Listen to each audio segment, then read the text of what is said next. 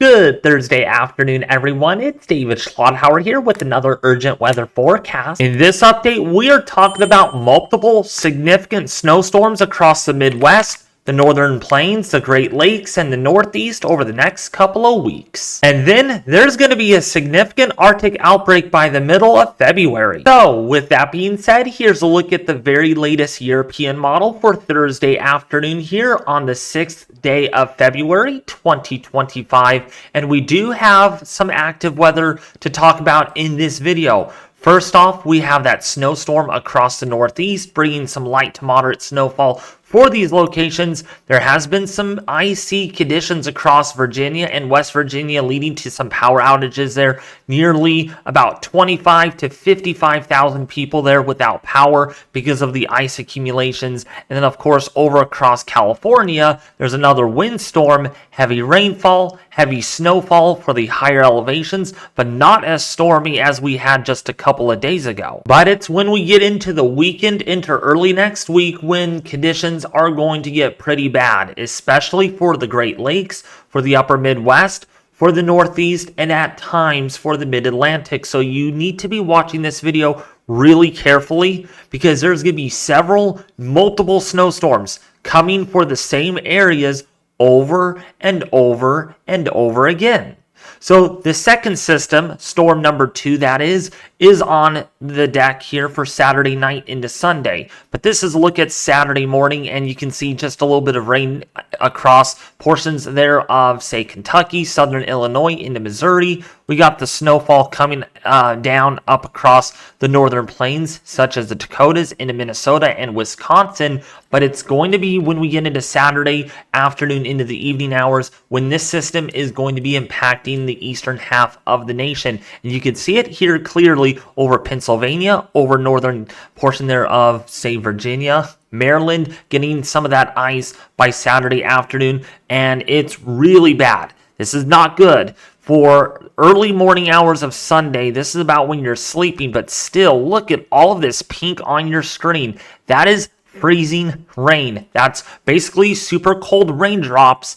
Once they hit the surface, like your mailbox, your car, sidewalk, your street, any object, branches, you name it, power lines, instantly freezes and we get ice accumulation. That's the sort of thing that leads to power outages, trees to come down, some infrastructure damage because of all of this ice that is going to be accumulating. Now, across the northern tier of the storm, though, such as northern Pennsylvania, downtown New York, like New York City, as well as upstate New York, Buffalo, New York, as well as Watertown, Albany, Syracuse, you're looking at some moderate to heavy snowfall with storm number 2 here. And this is going to move through pretty quickly across portions of, say, New Hampshire, Vermont, southern Maine, as well as Connecticut, Massachusetts for Sunday morning. But guess what? That's just the beginning. That's the second system that's going to be moving on through. The third system is going to be a little more interesting, and it's because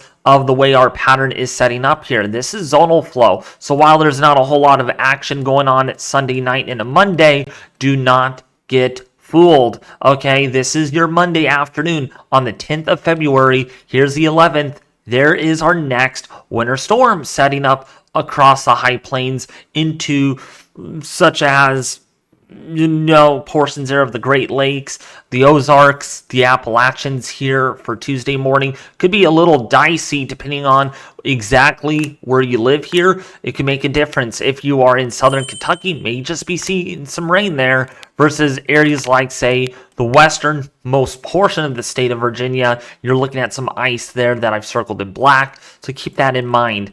And then this is going to continue and become a huge problem by Tuesday afternoon. So again, the same areas that gotten impacted already with our recent winter storm that's in progress now, with another one coming up for this weekend, and then another one on Tuesday. This is your third system for Pennsylvania, for downtown New York, for Virginia. It's going to just be a mess. I mean, we're looking at repeated snowstorms here and ice storms, which could wreak havoc. But it doesn't end there. There's a fourth one, and I'm making sure I'm keeping count here. A fourth winter storm is going to set up right about in here across Oklahoma, if you're in Kansas, if you're in Missouri, the high plains, again, getting more snow. But watch this. Once this gets into the Northeast, it's going to be another snow producer, especially for New York State, for northern half there of, say, Pennsylvania, getting some snow and ice in the mix. Ohio, like Columbus, Ohio, for Thursday morning, for your morning commute here on the 13th of February, you're looking at more ice. Now, the models are going back and forth with this. Some areas you can see there on the last run from last night just showed rain. Then the run before that didn't show anything. So there is some wiggle room here. There's a little bit of uncertainty that's to be expected since this is 7 days out. So 7 days, a week into the future, and we are seeing a lot of uncertainty here. But it seems clear now that we're going to have another storm developing either Wednesday next week, kind of that Thursday or Friday time frame, in time for your Valentine's weekend, which is going to be on Friday. All right, and then just after that, Super Bowl is coming up. Actually, Super Bowl is this Sunday. I believe, yeah, if my memory serves correctly, Super Bowl is this Sunday. If not, I think it's next Sunday. I don't follow football, you all, but yeah, it's gonna be a nasty one for your Thursday across the Northeast. That moves on through, and then looks like Valentine's Day is dry. Not for long, because guess what? There's another one.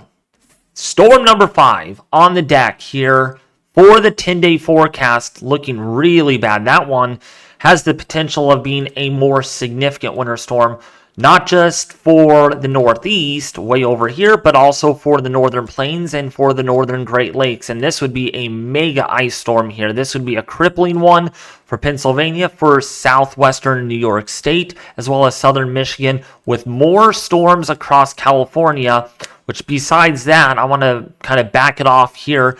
California, Nevada could be dealing with another intense atmospheric river storm for Wednesday, Thursday, and Friday next week. Could bring more flooding, more damaging winds potentially, and high elevation snow. So yeah, a really busy weather pattern on tap here throughout the middle of February. But hopefully after that, things will hopefully settle down. Now, with that being off my chest at showing you all the timing and intensity of each individual storm coming up, especially for the Northeast and for the Great Lakes, these snowfall totals over the next 360 hours. Now, again, this is really far out in time. This is a total of all of those snowstorms put together.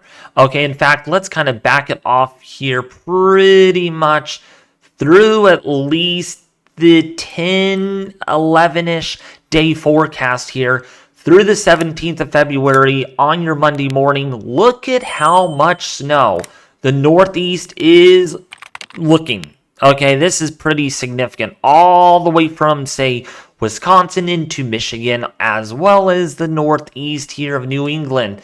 This is pretty significant on the European model, to say the least. And when we zoom in here, you can see the exact locations. Actually, not that. That's not what I wanted. This is what I wanted. And yes, that is, some areas could get 50 to 60 inches of snowfall in the course of literally about a week and a half.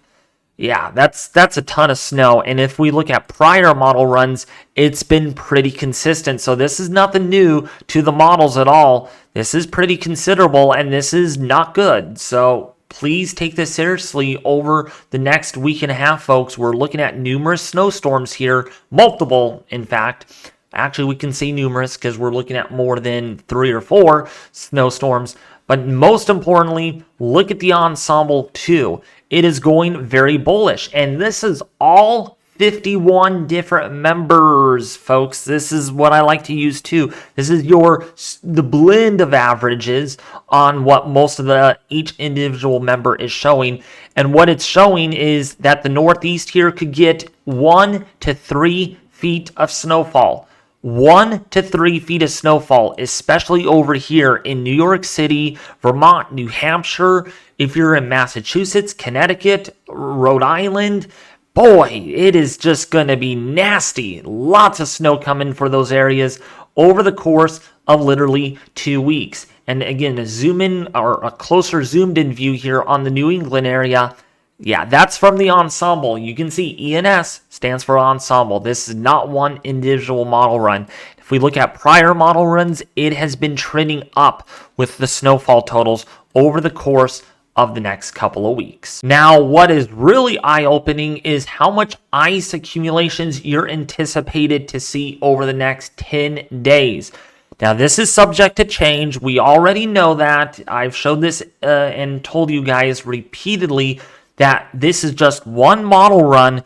The ensemble doesn't give us the ice amounts this far out, unfortunately. So we have to use each individual model run. But look at this. It's been showing this over and over and over again with each progressive model run. Now, of course, the totals up here are a lot lesser. That's because the current storm went through, so that's going to subsidize this. But really, look at this. This is just eye-opening right all in here in Pennsylvania, in New Jersey, southern half of New York, could get anywhere between 1/10 of an inch to as much as 3/4, if not even 1 inch of ice over the course of 10 stinking days. That's a big deal. That really is. This, you name it, this will really, if this actually verifies, there will be substantial widespread power outages, down trees, of course, impossible road travel, a lot of car accidents, spin outs, that sort of thing with this amount of ice. Now, the rainfall totals are looking very concerning, especially for the Ozarks and the Appalachians. Check this out. From the European model, we are looking at anywhere between, and this is over the course, let's go out to about 10 days. That makes it a little bit more reasonable, so I'm not just hype casting here. So over the course of 10 days through the 16th of February, this is how much rainfall you can be seeing over the southeastern United States, including for the Ozarks and the Appalachians. Anywhere between 4 to 8 inches of rainfall is anticipated for these areas. Now, depending on what model you actually look at, if we look at the GFS model, it's definitely a lot more crazier. And yes, the 18Z run is coming in right now as we speak. We'll not be providing that in today's video, since this video will be out a little earlier than usual. But you can see right in here, Tennessee, northern Alabama, Georgia, anywhere between 6 to maybe 10 inches of rainfall, according to that model.